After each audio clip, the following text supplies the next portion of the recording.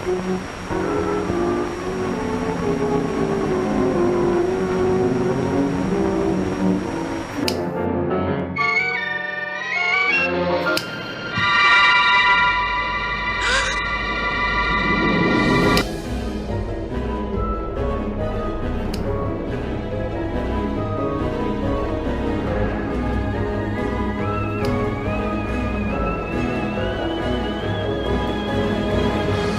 there, boys and ghouls. Welcome to this week's episode of Hollywood Weekly, where we are presenting our newest show, Missed It By That Much. Man, we had another name we were floating with, and I'm like, but it's Missed It By That Much. We've confirmed it.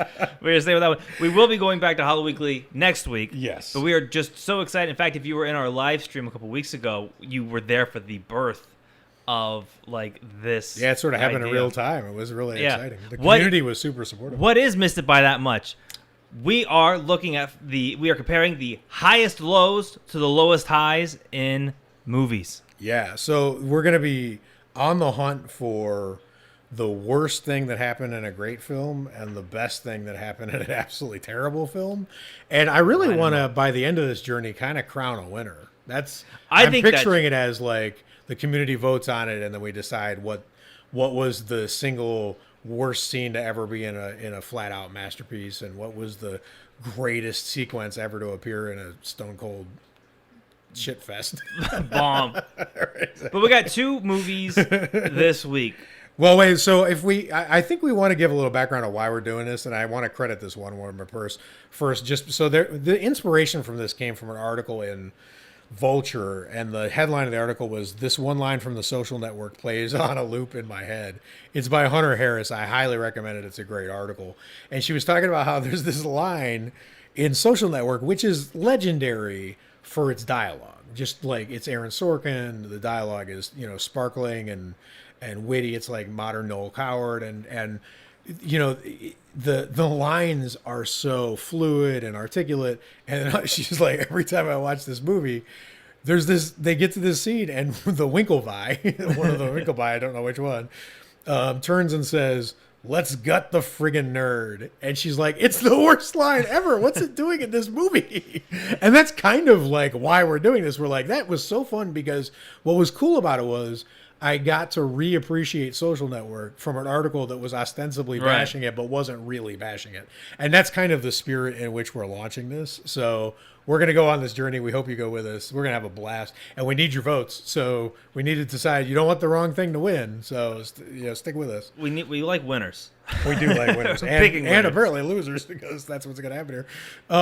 And this week, so we have Kind of an isolated vibe. yeah. Well, I mean, fitting. As we're sitting and recording this, we're in like month 321 of lockdown in California from COVID, and these are two isolation movies, and the scenes in particular are going to be interesting. I think one of the movies will come as a surprise, especially to Halloween Weekly listeners, but the other one won't, because it's The Shining. Yeah, that's you heard of that one?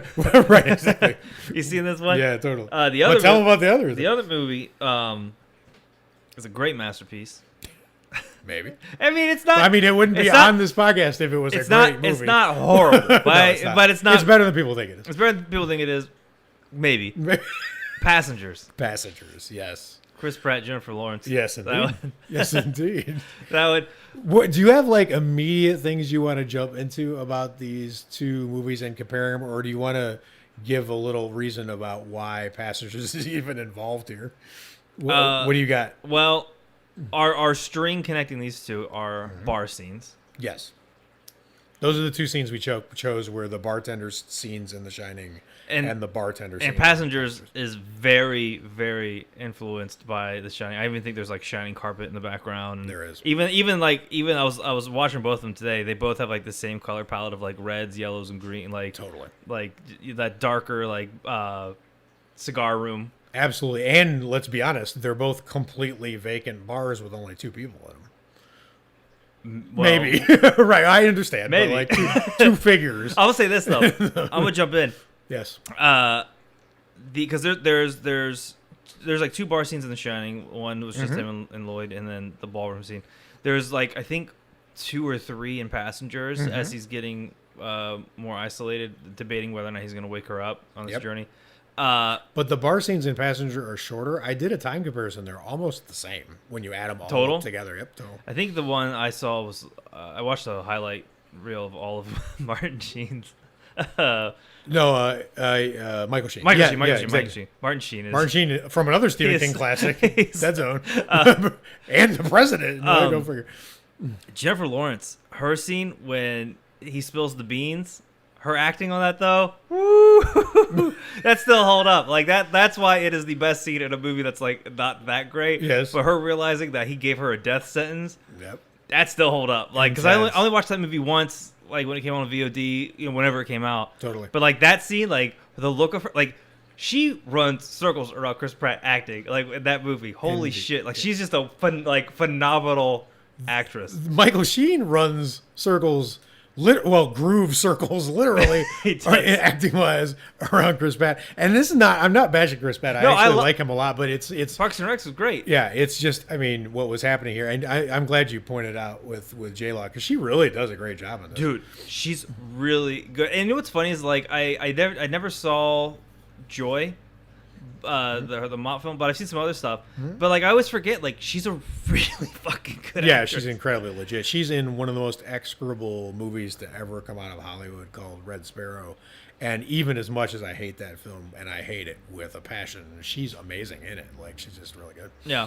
So we're comparing that to the Shining, which So watch it. you said some surprises. You said you had I some do. shit. I'm gonna go down one small rabbit hole real quick, and then you can pull me back, and then we could start going over some other stuff. But so one of the things that like I really identified down on and really struck me to be, first of all, it's impossible. You know how there's this joke about Donald Trump's Twitter where there's always a tweet. No matter what he says, there's always a like it's. Every time I watch Kubrick film, there's always something I haven't caught. It's so weird that he can still do that. I want to know what you caught because I caught something too. It's but, like, crazy. And it's not even in the bartender scene, so it's Okay. a little bit of a cheat because it came right after. But let me just explain why I'm saying it. So the bartender scene ends with there's a cut to Scatman Crothers like in his hotel room watching TV, and he's about to have this freak out where Danny is where Jack is in room 237, Right. and it comes over and there's this news report and it's playing in his hotel room, and the news report is saying blizzard all over Colorado, shutting down the roads, like whatever. And the news understands that at least 3 people have been killed. There's 3 people in the Overlook. I gotta chill when he said it because it's other 3 people. It's clearly not them, but just the fact that Kubrick's smart enough to put in the detail where the number matches the people who were about to be murdered in the Overlook is freaking me out. Like, how can you think that far ahead of what you're doing? It's absolutely amazing. But the thing that's interesting was, here's the rabbit hole I went down to. I was thinking about how when you're in isolation, there are ways to hallucinate, and I'm not arguing that with The Shining necessarily yet, but let's say that it's in Jack's mind. Let's say that because it's noticeable when he walks into the bar the first time, the bar is empty, there's a mirror, he's sitting right across from a mirror. So he's looking right at himself, and he puts his head down, and he rubs his face, and he goes, I'd give anything I'd sell my soul for a goddamn beer. And he looks up, and he's looking at us. I mean, he's looking direct in the camera, but he's clearly looking at a mirror. And clearly Lloyd is not there, so that means he's talking to himself in a mirror, right? So there's a way to hallucinate in isolation where you, or not, if you're not even hallucinating, there's a way to manifest a relationship with something in isolation that's helpful. It helps you survive. I'm thinking of the Steven Seagal in The Shallows, or Wilson in Castaway, right? So, like in these cases, you call him Steven Seagal. well, that's what I love that. That's what Blake Lively named him, and they rewrote it in the script because they liked it so much. Oh, that's hilarious. His name was Sully, and she called him Steven Seagal, and they added it to the movie because she did it. I actually went so far down a rabbit hole. I watched deleted scenes from The Shallows that they should have left in. What the hell? Where she was improvising with Steven Seagal, doing pigeon impressions and trying to entertain him. hilarious. It's the best part part of the like why it's not in there. I don't even know. But the point is, there's a way to manifest a relationship that adds to your survival. I would argue that Tom Hanks venting to Wilson helps him center himself, kind of figure out survival strategies, go a little less crazy because he's being able to talk out loud and sort of like, it's not a sign of him degenerating. It's a sign of mental health, of realizing you have to vent that pressure. You can't just not talk for 20 years or whatever you're going to be on, right? You got to get that out. And with Blake Lively, you know, she is under such stress being on this little rock, being surrounded by a 1,200 ton, you know, shark with opposable thumbs and the ability to drive cars, because this thing is and eat metal. And eat metal, Yeah. because it pulls off amazing, you know, feats that sharks can't do in this movie. So she kind of like has this like humor thing that makes her feel like, you know, I can make it. You know, I'm not going crazy. The passenger and Shining scenes are the opposite of that. Jack is degenerating. His hallucination of Lloyd is making things worse, not better. And Chris Pratt's character is talking himself into doing something that's palpably wrong, which is wake up Jessica Lawrence. And when she's talking to, what's his name, Michael Sheen's character, Alfred or something? Oh, I wrote it down. When she's talking to him, That's Lloyd. when she's talking to him, I think his name's Alfred. And when she's talking Arthur. Yeah, it makes sense. When she's talking to him, when Chris Pratt is talking to him, he is saying things like, you know, I'm really lonely. I might need to have, what if I woke her up? And Michael Sheen's like, well, you seem pretty lonely. That sounds like a fine idea. You know? Like, he's not making things better either, right? So there's two ways to do it. You're right. He's neutral, because then Chris Pratt, he goes, well, then she'd be stuck here. And he goes, well, you can't do that. Right. Well, the thing is that, and it's interesting, and I don't want to jump ahead, but what's interesting about the structure of that relationship is Chris Pratt is subconsciously using the fact that Arthur can't land on a final judgment. Right. Every time he asks him something, he says, so their relationship starts with him going, you know, what are you doing here? We woke up. You know what? We woke up. We're in trouble, and he doesn't understand why Arthur's not freaking out, because he doesn't know he's a robot yet, or android. And then he sees he's only half. He's got, you know, his body is whatever, and he goes, you know, well, I woke up, the pod malfunctioned or something, and Arthur's like, that can't. Those pods are failsafe. That can't happen. And he's like, well, who are you talking to right now? I'm sitting right here, right? So like, and we're 90 years away from the destination. And he's like, that's not possible. His head like this, like glitches, switches. right? Yeah, totally. Yeah. But he can't land on, as soon as you present him a new fact, he has to move to a new judgment. He can't. He's not like us, where no matter how much you try to convince me, I will always feel like Jaws 2 is good. Right? Like, you can tell me it's bad all you want, but he can't do that. If you're like, Jaws 2 is palpably bad, it's this percent on Rotten Tomatoes, Arthur would be like, you're right. Like, he would give, right? Because he's designed to. His only place he ever takes a stand, which is interesting, is when Chris Pratt bombs him with a whole bunch of questions that are really gut-wrenching and emotional at you know, towards when he's considering waking her up, and he goes, these are not robot questions, which is my favorite line. These are not robot questions, Chris Pratt. So the point is, there's two different ways to do isolation relationships. One is way that helps you stay sane, vent the craziness from going alone, and figure out by talking out loud survival strategies. And the other one is something malevolent or malicious, where you're talking yourself into doing bad things, and the thing you're hallucinating is helping you self-destruct. Right. Does that make sense?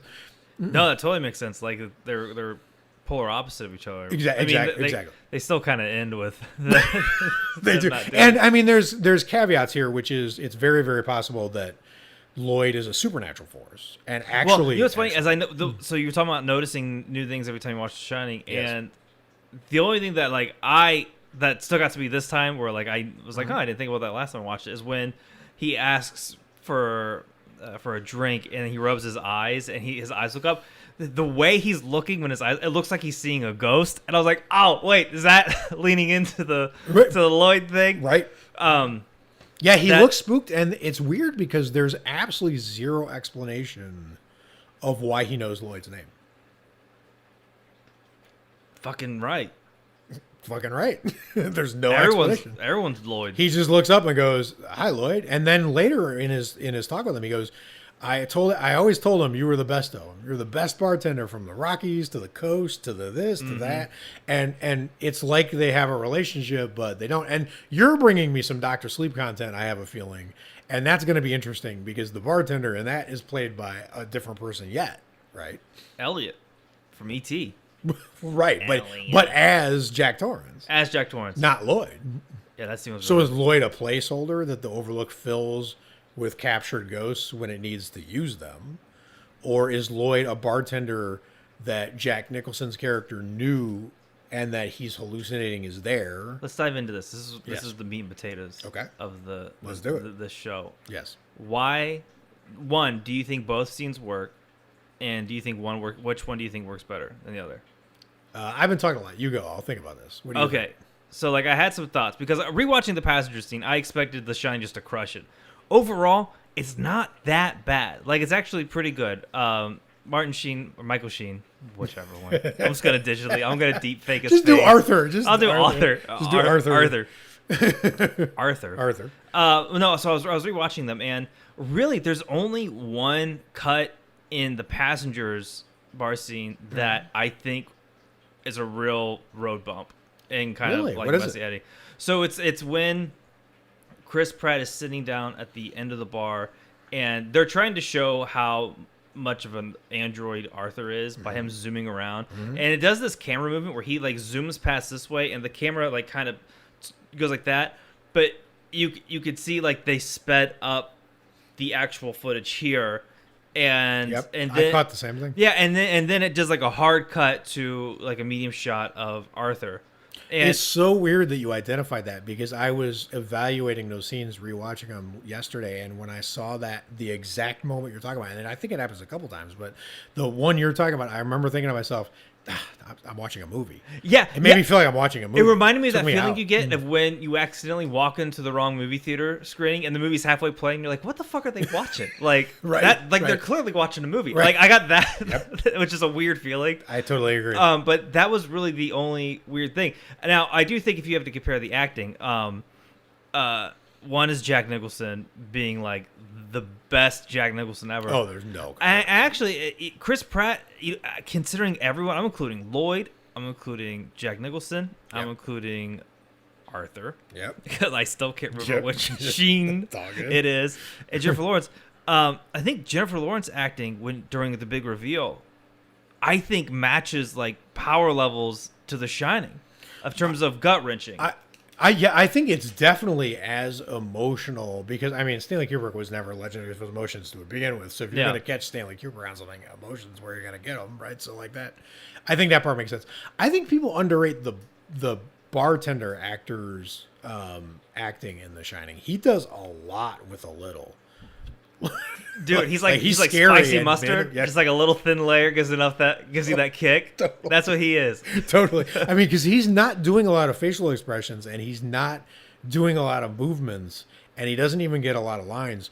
But I'll be damned if that guy is not unbelievably memorable. I saw that movie one time as a kid and I could replay that scene like it was like I was watching it, you know, in my head, you know, He from even one had time this, seeing like, it.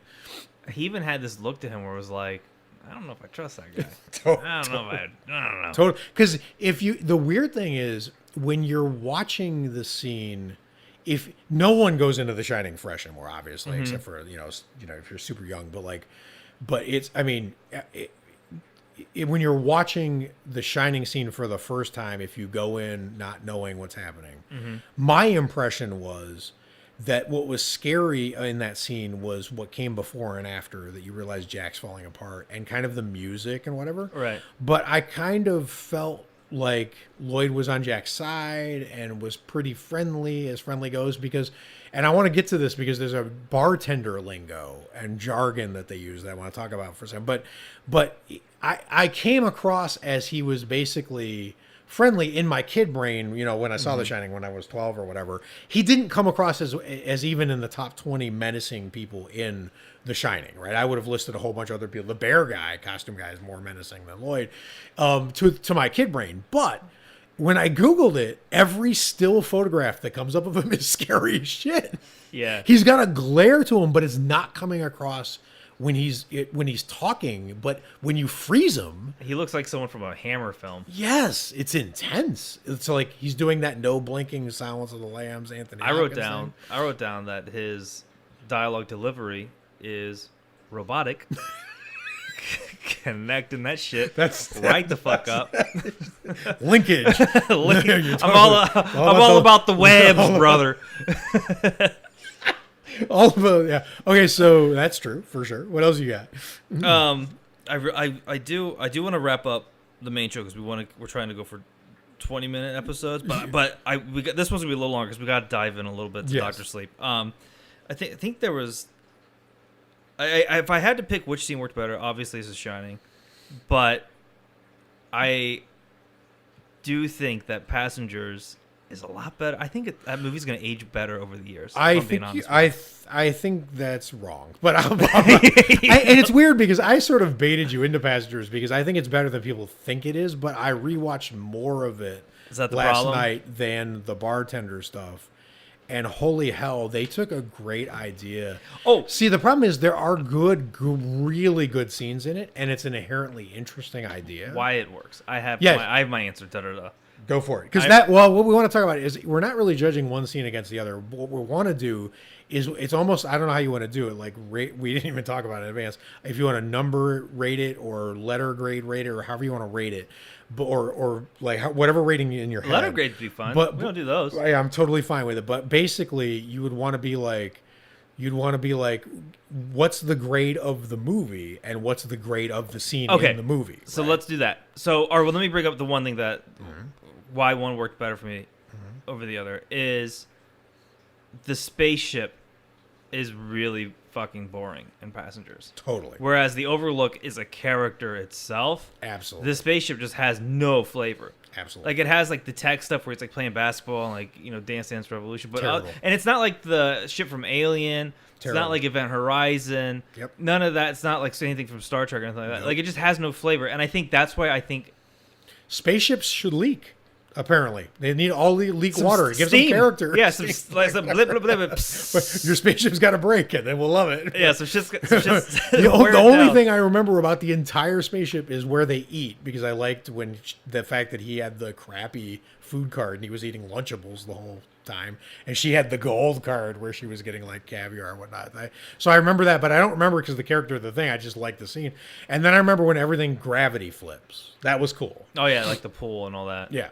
But I think The Shining overall, the fact that the Overlook is, Yeah. and you even get that with Doctor Sleep. Absolutely, and I like that Jack Nicholson, true to Stanley Kubrick's obsessive detail, has quarantine hair because he's been in the Overlook Sure 3 does. months, and if you picture him in your head in the bar scene, he's got my hair right now. And you know what's funny is the bar seat for Passengers is, I mean, you can see influence from The Shining Totally. in there. But it doesn't copy it like it copies it aesthetically, but like it doesn't try to like copy it like from its soul.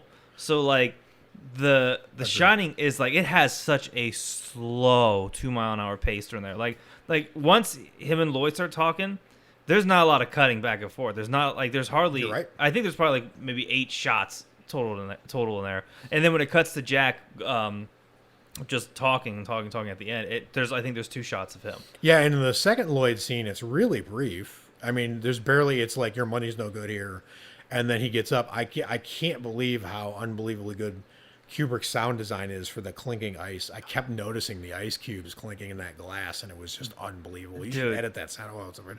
And then it leads to the most mind-boggling visual in all of The Shining that you don't catch on the first pass, which is he pulls away from the bar.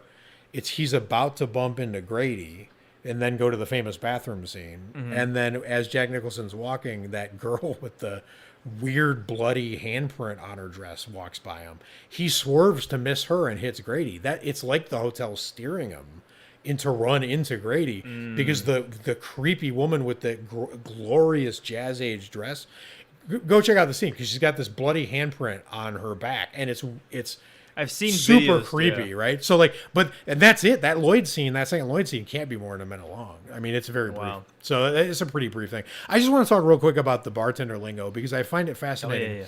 Arthur talks about that a little bit. He talks about because there's a great moment where Chris Pratt's like, "I'm the only person on this ship. Why are you polishing these glasses?" And he's like, trick of the trade. Customers get nervous if you're just standing or staring at them, so give them something to do. Which is ironic when you put it back to The Shining, because Lloyd ain't polishing shit. Lloyd is staring directly. He's doing the thing. Arthur would like have a citation for Lloyd, bad bartending, Right. for like what he's doing over there, because he's just glaring at him, like doing the thing. So apparently he's not the best bartender from Poughkeepsie to Albuquerque or whatever, but Maybe back in the day, but not in right. But whatever year we're in. they're doing this really weird, like this bartender, lingo where Arthur is saying things that are cliche, like I forget. I'll come back to it. But Lloyd is saying things like, women can't live with them, can't live without them, and Jack Nicholson's like, wise words, my man, wise words. And they're having this relationship, and it's dark, right? It's a really dark relationship because the thing is that this is the place where Jack Nicholson is admitting he hurt his son. Right. First, he lies about it to the mirror. Then he admits it because he did hurt Danny. And he's like, it's been fucking 3 years ago. And like, that's a long time. Dude, it's only been 3 years since you hurt your kid. Like, that's not long. That's not long. That's like yesterday. Right, and then he's having this lingo, but he's like that fucking brat, and he calls his wife names, and he calls his kid names, and you can see that this is that old kind of adage about where your bad side really comes out at bars where you're drinking. Like, this is where it's happening to him, except for he's not venting it like Tom Hanks or Blake Lively's characters are. He's feeding it. It's getting worse, right? Not better, right? But he's having these lingo conversations where you talk in cliches, like women, what are you gonna do? And then over here with Arthur, he's having there's a moment where Chris Pratt is legitimately trying to figure out, I'm gonna die on the ship. There's no way out. I'm gonna die alone. I'm gonna live 70 years by myself alone and die trapped on this ship. It's one of the most horrible fates you can think of in a mainstream, kind of soft sci-fi movie. And as he's grappling with this, he's like, what should I do? And Michael Sheen's like, you're trying to control things you can't control. Live a little. Right? But it's what a bartender would say. He's clearly programmed to say what a bartender would say. The only moment in all of the passenger bartender interactions with Chris Pratt that even has the hint of menace is when Chris Pratt looks at him and goes, when he's first trying to figure out what's happened and how to fix it, he looks at him and goes, wait, how much do you know about this ship? And Michael Sheen, the android, is like, I know some things. And it's the only moment where you're like, wait, you know some things. What does that mean? But it's not real. I mean, he's really obviously just a subroutine of the ship that's just running on set programming for like how to interact with like whatever and speak in cliches and don't answer things that could get you liable or sued or whatever, which is why he's like, all right, should I wake her up and put her in, jeopardy, whatever? He's like, these aren't robot questions, man. Right? Which is really cool. But I like the jargon cliche. I like how they caught that, kind of spirit of that. I do think overall, I finally was able to read my notes. I got to really slow down. I'm like watching the scene trying to catch up with it. I think like with the Overlook, the bartender scene in there, like it knew what it wanted to be and it knew what it wanted to say. Yes. Whereas in Passengers, it was just like, also the bartender works differently in Passengers because he's just moving that plot along. He's like, here's some plot, we're gonna move that there. Oops, I'm gonna spill the beans over here. Are we moving that plot along? Yep. But when The Shining does it, Lloyd ain't saying shit. Right. Jack's doing all of that himself. Yep. And I think there's just this weird, The Shining definitely knew what this was supposed to be, whereas Passengers is just. And that makes sense, movie by movie. All right, so The Shining, I'll get this out of the way right now because Cool. The Shining wasn't. Passengers was the real choice of this episode. It was good scenes in basically a bad movie. Right. So, but The Shining, this is a great scene in a great movie. So, I mean, just A. A. Like the movie's in There's A, no question. the scenes in That's- A. There are scenes in Shining that I feel like B+, I could make B+ arguments about, but this is the bartender scenes are not them. That's the A+, Bum, bum, A+, A+. like, yeah, for all the way. I think Shining's A+. I think it's one of the most masterful movies I ever. wanted to made. rewatch it after watching the bartender scene. It's Like that's how incredible. hypnotizing I have it for is. watch parties for the Hello Weekly group. If you're not in it on Facebook, you should be there. I That's saved good. it. So AA, that's that. Now Passengers. This is interesting. For me, the Passengers. Well, actually, so you did AA too. All right, so Passengers, yeah. I would. I'm gonna hold on. I'm gonna write it down. I'm gonna write down. I think Okay, I know what you're gonna do. Okay, that, cool. and then you're gonna give that a. right. Okay, I wrote down the grade. All right, cool. I'm going to give Passengers a C, solid C, and I'm going to give and I honestly, my gut wanted to say C minus, but I think it's better than people think it is. I think it's got more enjoyable, memorable moments than people think it does. I think they just screwed it up by giving it no flavor, and then. So C, average, and then I think just for the fact that Michael Sheen is amazing, and they picked the right movie to be influenced by, right? Before I give the grade, Before we recorded, there was a post on Twitter. I was scrolling through Twitter. I said we undervalue Michael Sheen. And that's totally true. Yeah. I mean, Good Omens. I mean, just off the top of my head, but anyway. So I would give his scenes a B. So CB. I didn't even do minus or plus on this one. Damn. I was close. I thought you were gonna dig a little harder, so I went D plus B minus. I could see that easily. Well, how about you? What, are you? Okay, so there are some memorable scenes. Like I really like the gravity when she's in the pool scene and she's like drowning while floating in the air. Like I thought that was really cool. And she is really good. I do like Chris Pratt. I miss funny Chris Pratt though. We were watching Parks and Recreation. I think I'd give it a C. Fair. And then I'd give the bartender scene I'd actually give it a B plus. Wow. Okay. Because I really do think Chris Pratt, when he's interacting, is just okay. It's nothing special. But I really think that reveal when Jennifer Lawrence, like, just like the expression, like the look in her eye is she now knows she's living in her grave. Yep. And that alone was enough for me to be like, yeah, and I agree with you. And you know, the thing is, like, I take B plus pretty seriously. Like a B plus.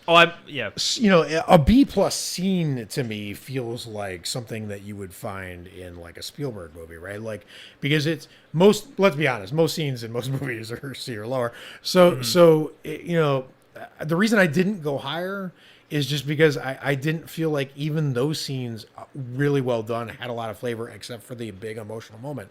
They just had really good acting and really good, interesting.